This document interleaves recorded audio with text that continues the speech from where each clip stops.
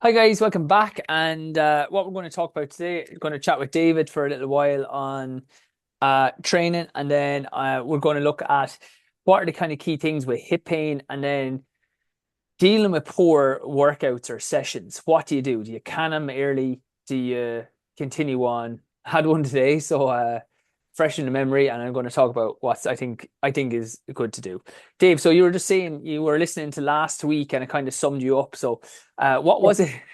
I can't even remember what I was saying last week. What was the You main were, thing? you were like I suppose the last couple of years I've been sort of focused on half marathons and probably have neglected the 5K work.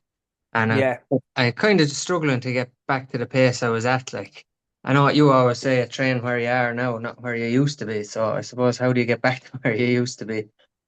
yeah, Most of the training has been kind of the zone 3 and zone 4, like, and I haven't been doing that much. Like, I can do the speed work, but I can't. The longer intervals, I can struggling with, I suppose, say the mile repeats and stuff like that at the 5K pace. yeah, yeah. You do, as I said, you have to kind of start where you are. I'm at the same boat, like today, um, there is a little bit of gritting out, like so it kind of latches into what I was going to talk about today. So like today I did a session, it was 4 by 600 meters and then 4 by 400 meters. Now it was really windy, and then 2 by 300 meters. So the 600s were at like 5K pace. The 400s were meant to be at 3K pace, and then the 200s were meant to be at like 1500 meter pace. So like my 5K best pace is 13:58, which is kind of like 66s, 67s. Um and today I was hitting like 70s. Now my watch was dead even though I had charged it up 2 days ago, but for whatever reason I forgot to save the screen, so it's completely dead. So I was using my phone stopwatch, and then there was rain all over the screen, so it kept stopping it. So I didn't actually get my rhythm. But you do have to say to yourself, I think two things. I said, um, firstly, except these aren't going to be 67s for say the 600 meters, not a chance. I'm in no way near that shape. I was like, if I'd run 1440, I'd be delighted. So let's eat, and I can tell you running 70, 71s today was as hard as running. I did that session when I was in shape, and I was running 66s easy, just cruising 67s, like so 140, 139.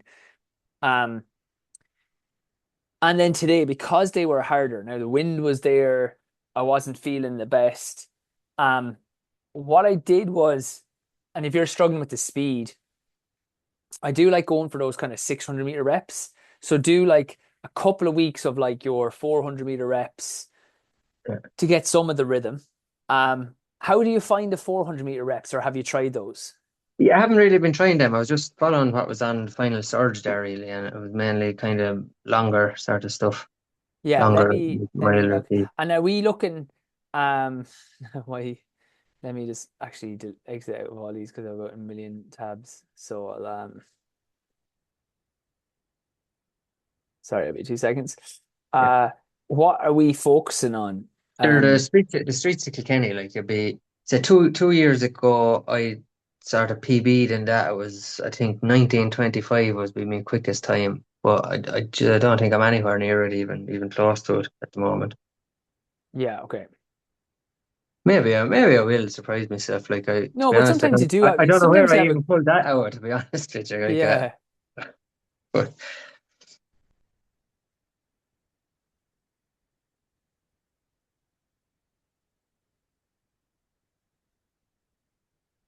Yeah, because what we can do, did you do I that kind four of by a mile rep session?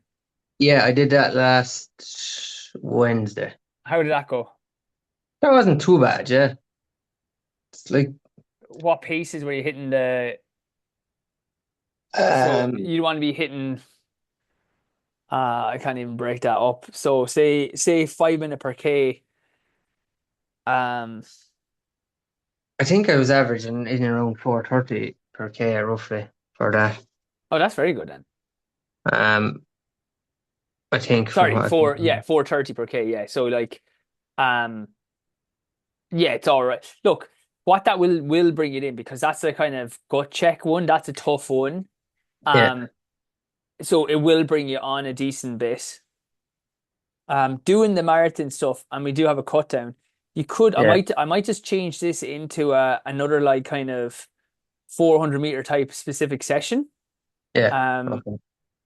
if you can get to a track, just because it does give you those, like that lactic plus 400. These type of sessions, say that be in the plan, they just give you, they just give you that like little bit of rhythm, without killing it. But I might actually give you my session today, to Okay. do because the great thing about the aerobic stuff is it keeps you nice and light. Now, what I'd also do for you, David, is try to do Streets of Kilkenny and maybe like let's pick another 5K maybe in like 2 or 3 weeks later. You know, if you look at Yeah. that series, maybe Enfield or there might be around one around Cork or whatever.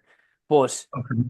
um yeah, that session will really help the 4 by a mile and it is a grinder. Like so what we do because we're doing a lot more of the aerobic, we're kind of cutting in now into um we're cutting a little bit more now into the races, you know, like so Yeah. into a Yeah. little bit more of the track work. But I think it would be Okay. good to have another race because we can start dialing in a little bit more track if we feel like we're gone a little bit stale. Because I do actually like that. I like sometimes sometimes it's a good indication of like what's the sessions that are or what is the training that I'm not looking forward to or Yeah. I'm finding very difficult.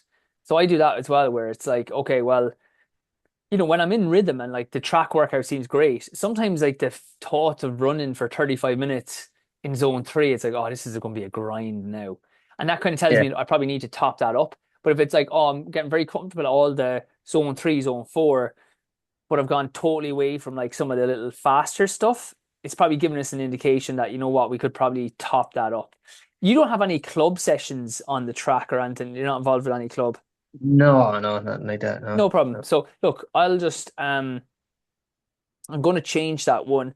The other thing, right, what I like to do is with that, so say the one will I'll change up, it'll be like 6 by 600, or sorry, 4 by 600 off a minute, 4 by 400. Like I had it today, what I like to do then is if you're say if it's the pace that's an issue, take more recovery. Okay. Okay.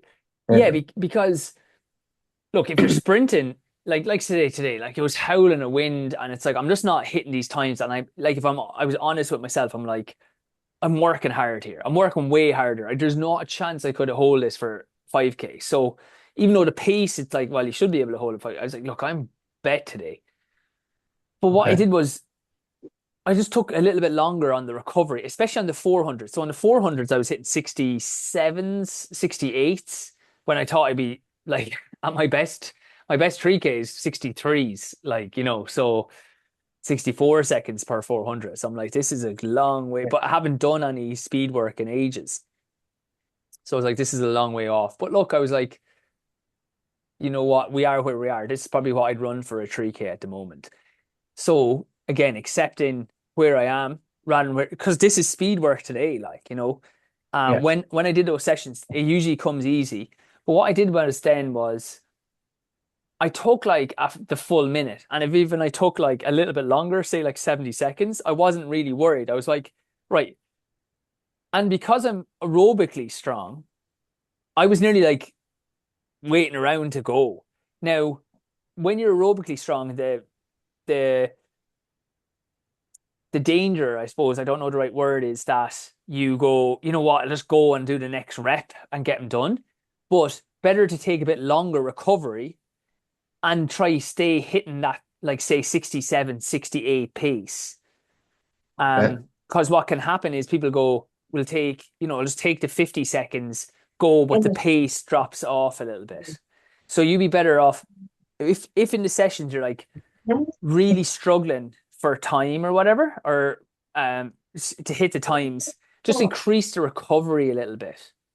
Okay. And yeah, by increasing the recovery, it might allow you to be a little bit fresher to hit the reps. and to get that little bit of speed into the legs. Okay.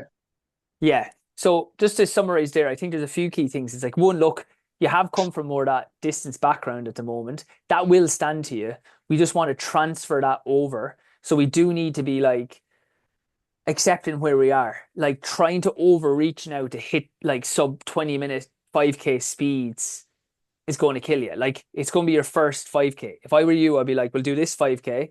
We'll do another 5K in like, in 3 weeks there might be like Enfield or whatever. And then 3 weeks after that, there might be another one of the Peugeot Race Series races. So it's like let's target those. And that first race will bring us on for the next race, will bring us on for the next race, you know? Okay. Yeah. Yeah. And like have a series. I don't think it's like, especially if we've been away from it for a while, it's not realistic to think, okay, Streets of Kilkenny, we're gonna smash it and do our best again. It might be like, let's do Streets. Enfield is a really good race as well. The Bob Heffernan. It's a fast Okay. course. Having Kilkenny, what you'll find after Kilkenny, say, it's a grind, you grind through it. The training then in the weeks after that might become a lot easier. Like it'll just be naturally, it kind of helps unlock a gear of like, okay, I can actually start hitting these times again. Um, so I don't want you forcing that. Like you just have to accept where you are. Like I am, you are a bit slower, but the intention is there to run faster. You are intention like we're on the track, we're actually trying to run faster, and that's Yeah. enough to start sparking that nervous system into it. Now, what we don't want to do is over flood that system and be like overly forcing that. Do you know, like this will just take a few Yeah. weeks to like get it there. And then keep up the aerobic that we have, because the other problem sometimes people do is they throw the baby out with the bathwater. Like they're not fast enough, and they're like, oh, let's scrap all the heart rate stuff and let's go really getting sharp. And it's like, okay, well, we're into an issue where, like I said, if we keep the aerobic going one session a week and we have then one more, like kind of adding in that little bit of speed, adding in being a bit more diligent with the strides and stuff on the other Okay. days, we can do Kilkenny, feel strong but not like that fast, have a down week, build back up, do another race, be faster, feeling good, and then hit a third race and like, okay, now I'm starting to like PB and do well. Yeah. That's perfect. Yeah, yeah. Like 5Ks are not marathon where it's just like we do this one race and we're gone. It's like you should have like a kind of 3 race kind of series in there. Okay. Yeah, try book. I mightn't even change that session, and I think I might leave the Badger cut down, Yeah. David. Okay. I Yeah. think what I'll do instead is I'll come up with like a bridging series between the first race and the next race. Um, so like let's see, like if you look up the dates, let me look up now. Peugeot race series. So the Street Support Leash, I'm going to do that one myself. 5K. Yeah, then they have a big enough break to the 17th of May. Oh no, yeah, 19th of May to Bob Heffernan. It's in Mead. That's a great race. Evening race. Um, Dunshaughlin like 3 days later. That's so funny. They have like 2, 3 races in a row. Yeah, and then we might just find like Kilcock have a good race, a good 5K as well. Or Okay. yeah, I think definitely that 19th of May race would be lovely. And then a race between the 19th of May and April 2nd would be great. Something around like, I don't know, end of April, like something around the 24th, 25th, that weekend of April would be lovely, because it'll just give Okay. a nice little gap, yeah. And you'd be surprised how much that would bring you on. And then we have Enfield there as a kind of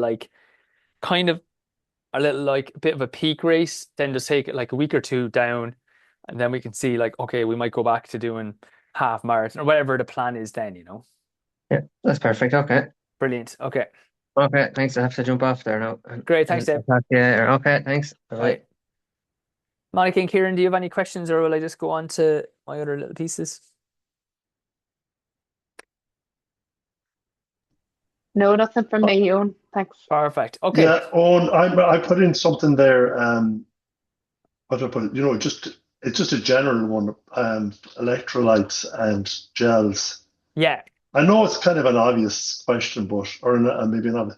But just remember reading once that when you're going a long run, don't take any electrolytes at least before the 8K mark. How long's the run?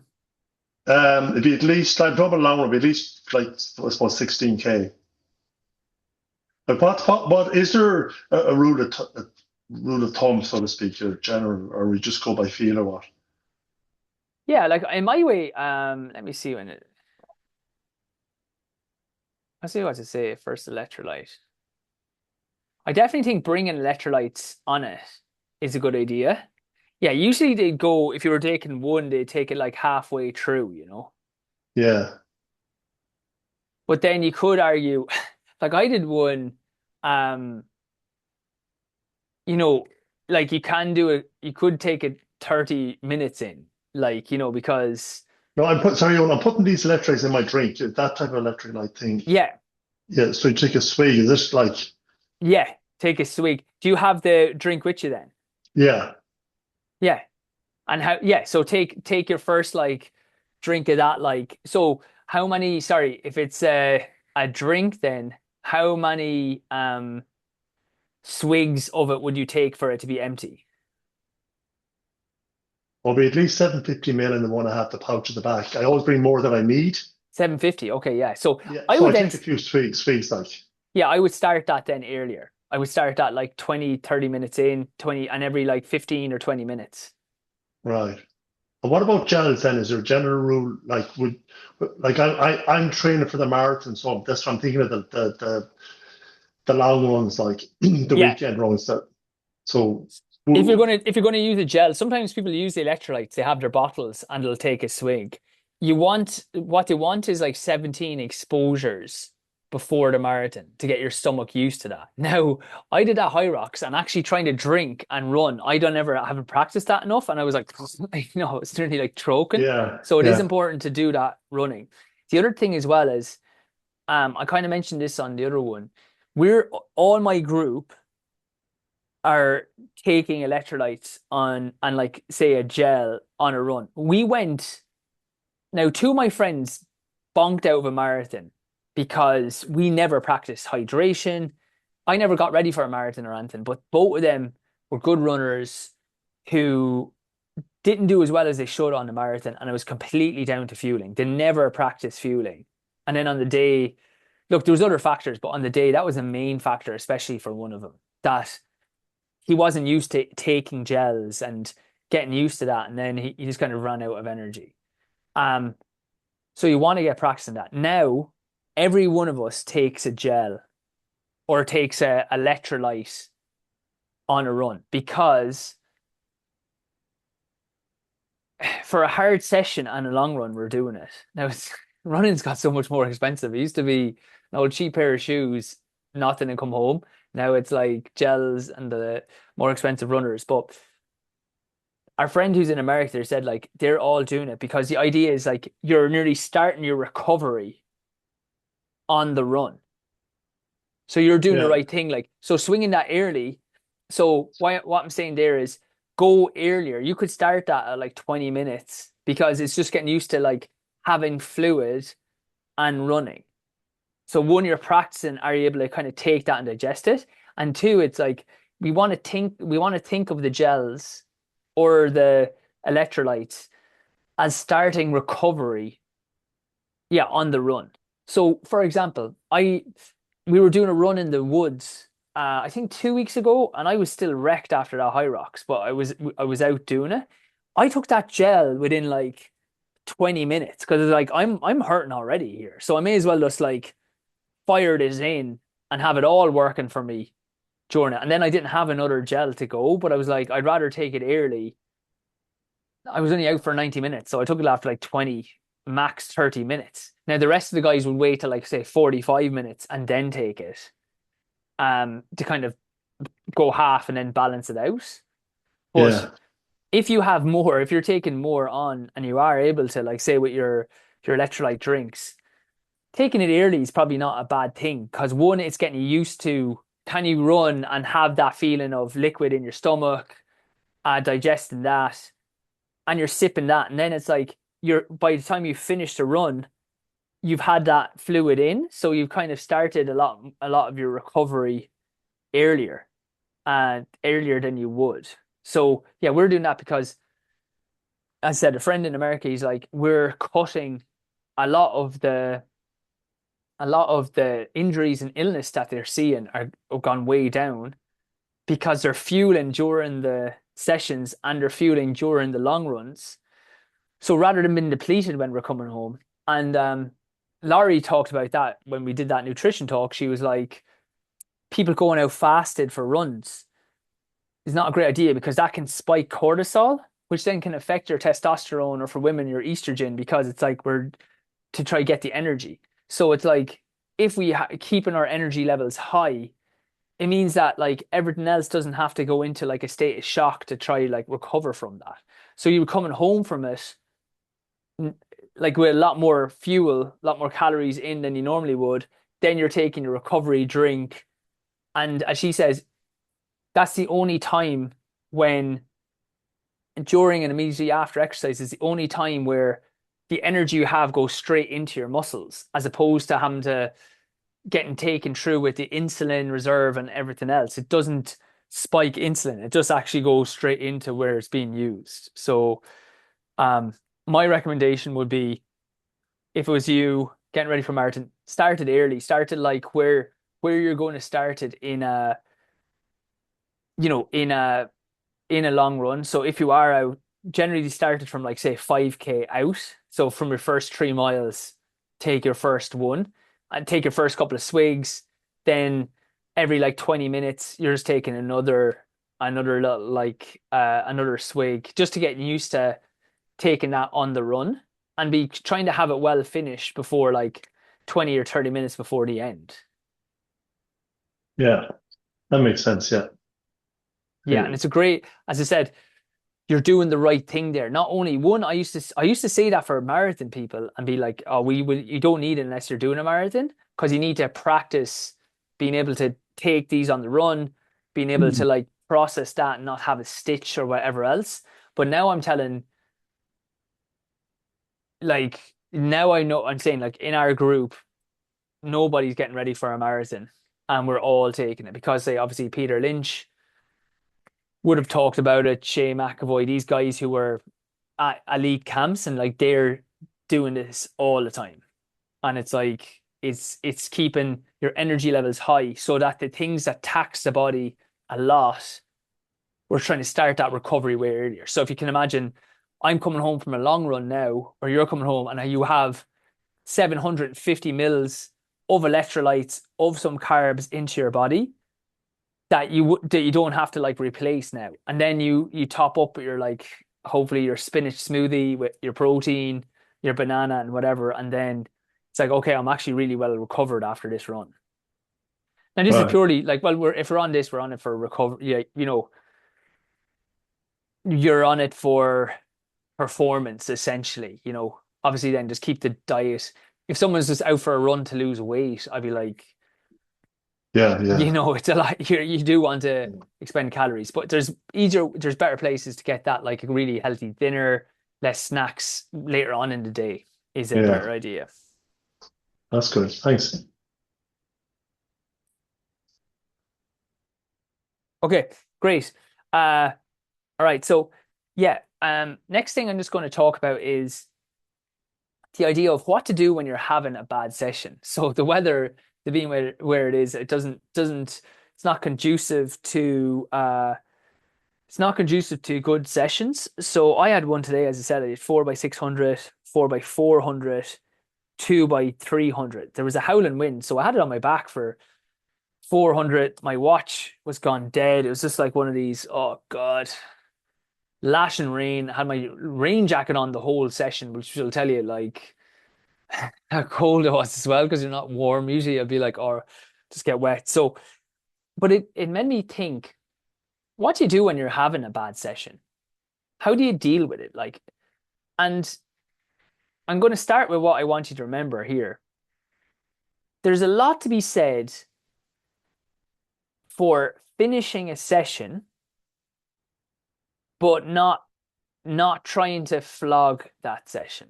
I think when things are going bad and you're not hitting the time, say I'm not hitting the times that I'm hitting, or you're not hitting the distances or paces, not to panic so much and go, it's all gone. I'm just going to cut the session completely.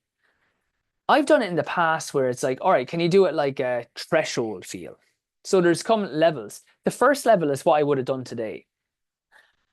Did the first one, and as I said, the rain was on the phone, so it wouldn't, it goes kind of starts stop. So I couldn't even see what time I did, but roughly I was hitting the time 1:45, 1:46, so kind of 70-second laps for me, 71s maybe. And I knew I was working hard at that, so I kind of kept it at that. So the first is like, look, this is down on time of what I would have expected. I would have expected I could have been a bit faster, but I'm not faster. So this is where we're at now. Like, this is a hard effort. If being honest with myself, if I run these any faster, I'm going to be in bits here. So it's like, oh, can I stay hitting this pace, or maybe a second slower? But like, my intention is to like not nearly start flailing, not be like, just can I concentrate? So stay in the same like concentration of trying to hit the same pace without, a panic can set in. So without panicking, can I say like just knocking through it? So can I stay knocking through it? And you know what? You might find that like, okay, I'm a second down, and then maybe on the last one I can kind of grind it back up to the same time I was hitting. So I cannot. So if you know like pretty early that the session is going crap, can you, rather than trying to like force and sprint to get the times back down, can you go, let's just hold this pace? Okay. Sometimes, and when it happens mostly, is where you ignore how you're feeling on the first one and you go, say you're down a second or two, you're like, okay, I'm going to try get back down. So you go to second one, you do it even faster, and you're like really grinding. And then you're like, I have two left. And halfway through the third one, you basically blow up. You're like, and you're way down on time, so you kind of ignored it and you're like, you've blown up. It's gone really like loosey. You're a bit all over the place. You were on time for the first 300. The second 100, you're like flailing. Maybe this is just me. People might be like, no, I never had this. If that happens, what I've done in the past, so that's happening. What David's talked about me. I did like 5 by a mile. I was on holidays. I was in Lanzarote. I had to get a bus.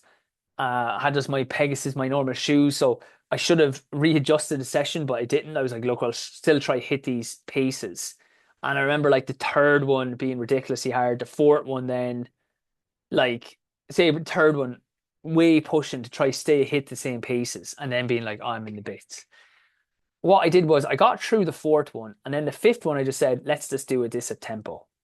Okay, not tempo on my heart rate, just intentionally do it like it's an easier rep.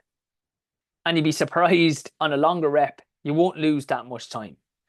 So say if I had of, so say today I did the first 600, it's like a second or two down on my lowest expectation time. I was like, oh my God, I thought I'd hit like 69s, 70s comfortably enough. I'm working very hard to hit like 70, 71 per 400 meters, and I'm done 600 of this.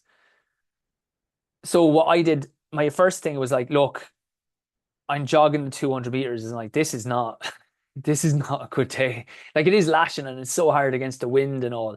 So I was like, let's just stay at that effort. Let's stay, can we like just hold this pace? Because if you're honest with yourself, that will be a good effort. So that's what I did. So that's your first port of call. I didn't go, oh, I'm feeling crap, let's just cut the session. Okay, because there's a good bit down before I'm going to actually do that.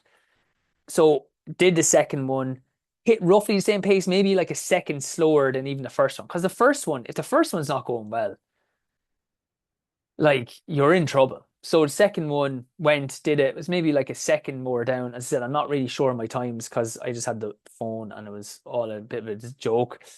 Third one, again, was digging in. Like I said to David, also taking a little bit more recovery than I would have, because I'm like, look, if I can keep these quality a little bit higher, the idea here is I'm getting used to paces that I haven't ran in a while. So take a little bit more longer recovery, especially the longer reps. And this isn't me taking more longer recovery to absolutely smash it. It's like I'm probably down on my time here. So that's the first thing to do when you're doing a hard session. You need kind of that humility early on to realize this is not going the way it is. Can I like hit a time that's close to it, but I'm still working hard and get through this session, and know that getting through the session, even though the times aren't, I guarantee I'll be with a friend doing that next time. The weather will be a lot better because I have that effort in me. I'm doing a race next Tuesday as well. That's Streets of Portlaoise. In 3 weeks, if I'm doing the session, it could be it'll feel way freer, and the times will be back down. Now the effort will feel the same, but the times will be back down to where they should be. Second thing that can happen, as I said, is you ignore that. You go harder on the second one to get down the times, and you kind of blow up in a rep, or the minute you finish a third rep, you kind of know there's no way I'm hitting anywhere near that time.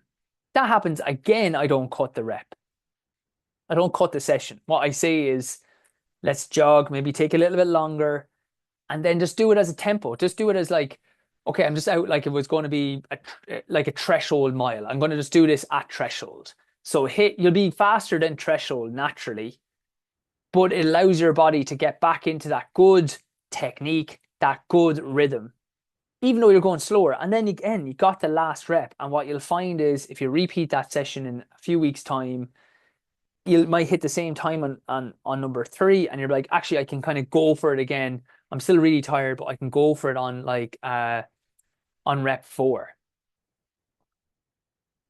Yeah, so we want to do thresholds, and look, and only then, if it was like you did a threshold rep and then I had 4x400, again, I took a little bit longer, but I got through them. Like again, what I did was I would have thought they were about 66s. They were like 67, 68s. Didn't panic. I was like, today is just not my day. But let's just get through this session. Because this has happened to me so much in my running career. I have these sessions that don't go well, but I just get through them. And when I'm saying getting through, I don't mean like I'm not dogging them out. If it's a bad session, it's a bad session. You don't need to go into an absolute hole to prove anything to yourself. But don't get in the habit of just like, I think there's two extremes that people do. The first extreme is ignoring it, like as you said, and they're like, well, I'm going to hit these times anyway. And if I don't know if I would have, honest to God, but like if I had sprinted my ass off, I probably would have got 3 at 66s. I probably would have got 3 at the time, and maybe the last one would have been a bloodbath. You know, like to the point where you're flat out on the track, like absolutely wrecked. Or they go, oh, today's not the day. I'm cut. Like say they do 2 and they've gone too fast. It's like, I'm going to leave it. I'm too tired. It's not working. I'm not recovered. Blah blah blah. Going too hard and cutting and not doing the reps are both the wrong approach. As always, the Goldilocks, the little like the middle porridge, is doing the reps, but going through the motions. Just go through the motions. Get through the rep. Don't be forcing the rep. Again, I had a session before, and again, I was like, I'm going to go home. And Toss, my friend, was like, you know what, man, just like do them at like threshold type feel. And I did that, and lo and behold, did 1 or 2, and I came right back around. And then I was like actually clicking them back at the pace I did, because I nearly just got out my headspace or whatever, and just maybe the middle few reps in the middle were so the thoughts of doing 6 more, but I got 2 done feeling a bit easier, and then 2 more I was like picked it up a little bit, and then the last 2 I was like, all right, there's only 2 left. So yeah, just I was thinking that finishing today's session, it's lashing. It's very hard also in the rain or really cold because I think subconsciously your body knows you can't rest here. It's like, well, I can't just pan out on the grass for 10 minutes to catch my breath. It's like, it's too cold and wet. I got to get the hell out of here. So I think your body knows that. So it keeps a lot more in reserve. Yeah. So I think if you're having a bad session, first, don't cut it loose. Don't be like, oh, well, not today. I'm just going to not do it. Finish the session. Maybe if you can early accept this is the new pace and adjust the paces down based on the effort or feel.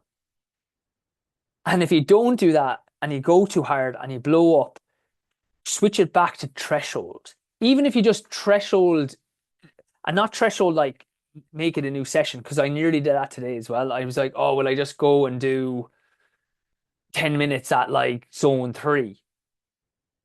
And that's kind of what David was saying. It's like, no, I actually need this type of work. So let's just go through the motions. And even like you intentionally still just doing 400s with a break, you're going to run a lot faster doing like basically a minute on with a minute off than you are 10 minutes together.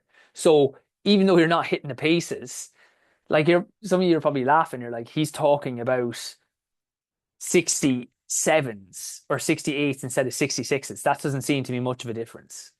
2 seconds or a second. So I'm still thereabouts. Okay, so yeah, I was actually from personal experience quite good for this Q&A. Bad sessions, guys. Finish the reps, but don't dig yourself into a hole. Don't be forcing it. It's all about being there to live another day, but don't get in the habit of like quitting the session. Again, the 300s then took 2 minutes off or 2.5 minutes. Then I had the wind on my back and it was like, oh my God, these ones are back on time. These were really easy. So yeah. If you have a bad session, make sure that one, you finish the reps, but two, you're not trying to force the times that you were. Take more recovery, and then don't force the reps. You'll find it in a week or 2 or 3 weeks when you repeat that session that it'll just come way easier. And that's the same if you're doing an AT or LT and you're like feeling like you're having to sprint to get the heart rate up, or you're getting nowhere near the pace, even though the effort is way harder.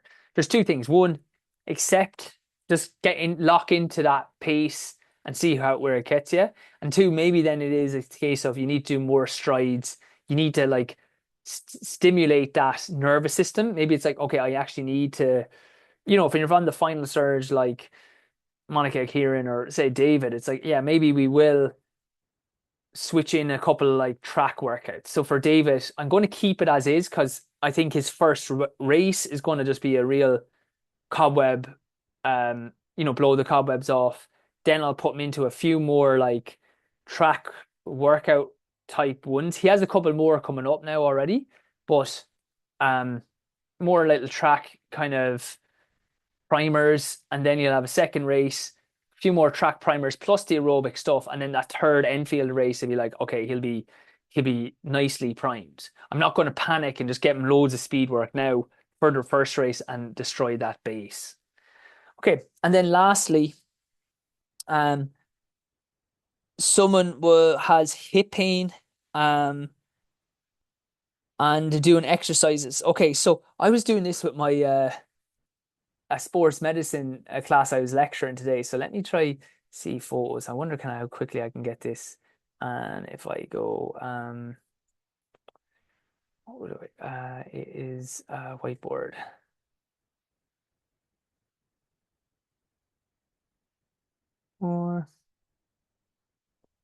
Perfect. Okay. I'm just going to share my screen. So this is if you have a kind of hip issue or groin pain, this is a great place to start, right? This is one that I was doing. This is my writing, which is terrible, by the way. But these are the things I want you to think. So she's doing some like bridges, clamshells, hip abduction with a band. That's fine. Also leg circles and toe taps. Managed to do a bit of your week 1 easier class today, but missed out on the single leg exercises. Okay. I find anything that turns in towards the hip is quite painful and aggravating. Walking easier. Okay, so they're in, like, look, um they are in that kind of acute phase, so they want to keep it down. Don't go do any of these into pain. But there's kind of 6 things that you want to be ticking off your rehab. So one is, are you addressing the adductors? Okay, so what can you do here? Some like squeezes on a foam roller, or putting your foot on the foam roller and lifting up, like doing our adductor bridge. Um, Straight leg squeezing on the ball. Then this will be phase 1. Phase 2, once you've done these, can we go to standing, bringing in the 1? Can we do maybe having a cable, bringing it in and up, and then looking at your Copenhagen's, our side plank kind of series that we would do. So they're like ones where when I'm looking at, okay, are you doing any adductor stuff? And if not, can we start with this? Make sure there's no pain. If you're doing this, so for example, right, glute max and glute med. Start with our glute bridges, our glute clams, but then can we do like fire hydrants? I'm loving this new star one. I have it in my thing. I'm going to do a new hip primer warm up. So it's like that star exercise where you come up and you're slowly coming back down and pushing back up, slowly coming back down. So like from a side plank, dropping in and pushing back up, because it really works the glute med eccentrically. And what I find was I had a guy, he was like 4 months with the Santry Sports Clinic, and they just kept doing bridges and thrusters and just glute clams. And it's like, lads, you need to get more on your feet here again. You need to be like, when we're doing our running man and like push your foot hard into the ground, lift the other hip, that's starting to work the glute med in the way it's going to be used. You need to kind of get that back in. You can't just stay in phase 1. Hence why I like with the Pilates, someone asked, oh, I'm going to sign up for the year. Is there like new classes every week? It's like, yeah, there's 52 different classes that we have. Now, do we repeat ones with weights? Yeah, but it's a different class. So there's always a slight variation in what we're doing because we want to constantly challenge the body. Hip flexor weakness. That's one where you bring your knee up and then like that and then hold. So bring it up, don't let it drop, hold it for 3 seconds. Bring it up, don't let it drop, hold it for 3 seconds. You don't really need to progress those on. They're just kind of activations around the hip flexor. Hip mobility. I wouldn't do 90-90s. World's greatest stretch, just check if it irritates it. What I would start with is the hockey ball, the massage ball routines, really to calm down a lot of stuff. We have a banded hip mobility class in there as well. In the mobility section, I would do some of that maybe banded hip mobility work. Airplanes, that side hip is the one I was saying up here. We did some of the rainbow ones where you come up with the leg, bring it all the way back and rotate.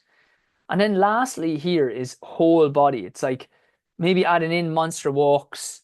The squat shakers is the one I love the most for this.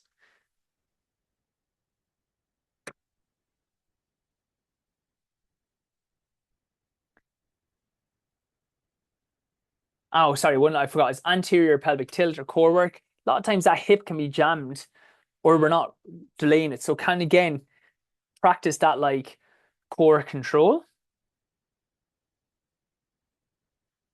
I need to do this one again. This is old, but it's a so we're just doing some bridging and then doing some core, but working on that they were not losing that pelvic position.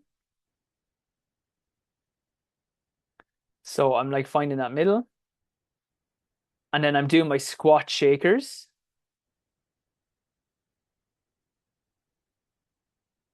So what I'm doing here is I'm bringing my hips back and I'm not letting that, see I'm zipping up, I'm not letting my back position change. And that really helps to open up around the hip. Now, we might make that as a phase 1, and then we can adjust into more of our deadlifting stuff into our phase 2. Other ones then, let's see, here's some of the hip mobility stuff if you want. It's for an actual hip operation. I'd start with just the hip releases though. I wouldn't even do the mobility classes. And then this last one will have a lot of the stuff that we talked about just as a general Pilates class. That's an easier one to start with. But I'm just going to go through just so we show I eat my own dog food. So we're doing like, that's working on the anterior pelvic tilt. Can we get the core working correctly? Okay. Just to kind of set us up. Can we move through the hip without moving through the back? Okay. And that's getting some glute work. That's getting that mobility that we talked about, just those rotations. This is again some kind of active mobility around that hip. Now it shouldn't flare up the hip or anything, but it's just some easier stuff to get some internal and external rotation at the hip. This is the one I love as my primer. So see the way what it does is it's working the glute medius because you're coming up and glute maximus. And the great thing about the medius, right, is even though we do a load of clams, that's great for activation. But if I actually have a hip issue, what I want to be doing is working that eccentrically because that's the way it's kind of worked when we run. So see the side, I'm not just coming, I'm coming back and then pushing up. And I try hold at the bottom rather than go back down completely. So I'm pushing up through the hip and then back. So I'm pushing those hips forward and then back. And that's really going to burn that hip. So that's the glute max, glute med. That's the one I was saying. I love that primer.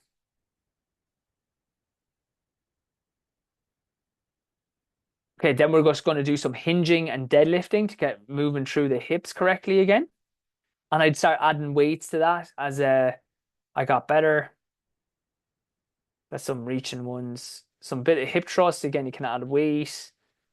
Some core work. Some hinging. Better finish with a squat shaker on this, don't I? Oh, of course I do. All right. And then in my favorite one, I'm finishing with that squat shaker. So belly button's in, hips are down, get those muscles absolutely burning. And in that way, right, I definitely skipped it. I think it's the second exercise. Or maybe it's in the next one. We do some like the hip flexor, just that holding the leg up at its highest. But that way we've worked.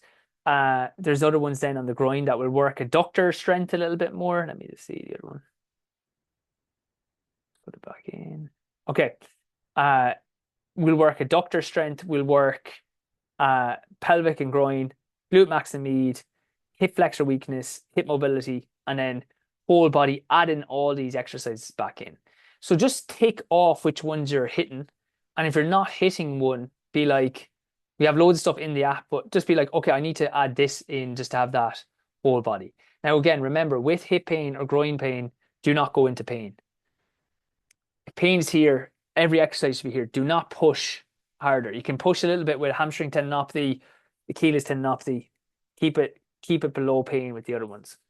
Okay, guys, that went great. Thank you so much, and hope you enjoyed. Take care. See you next week.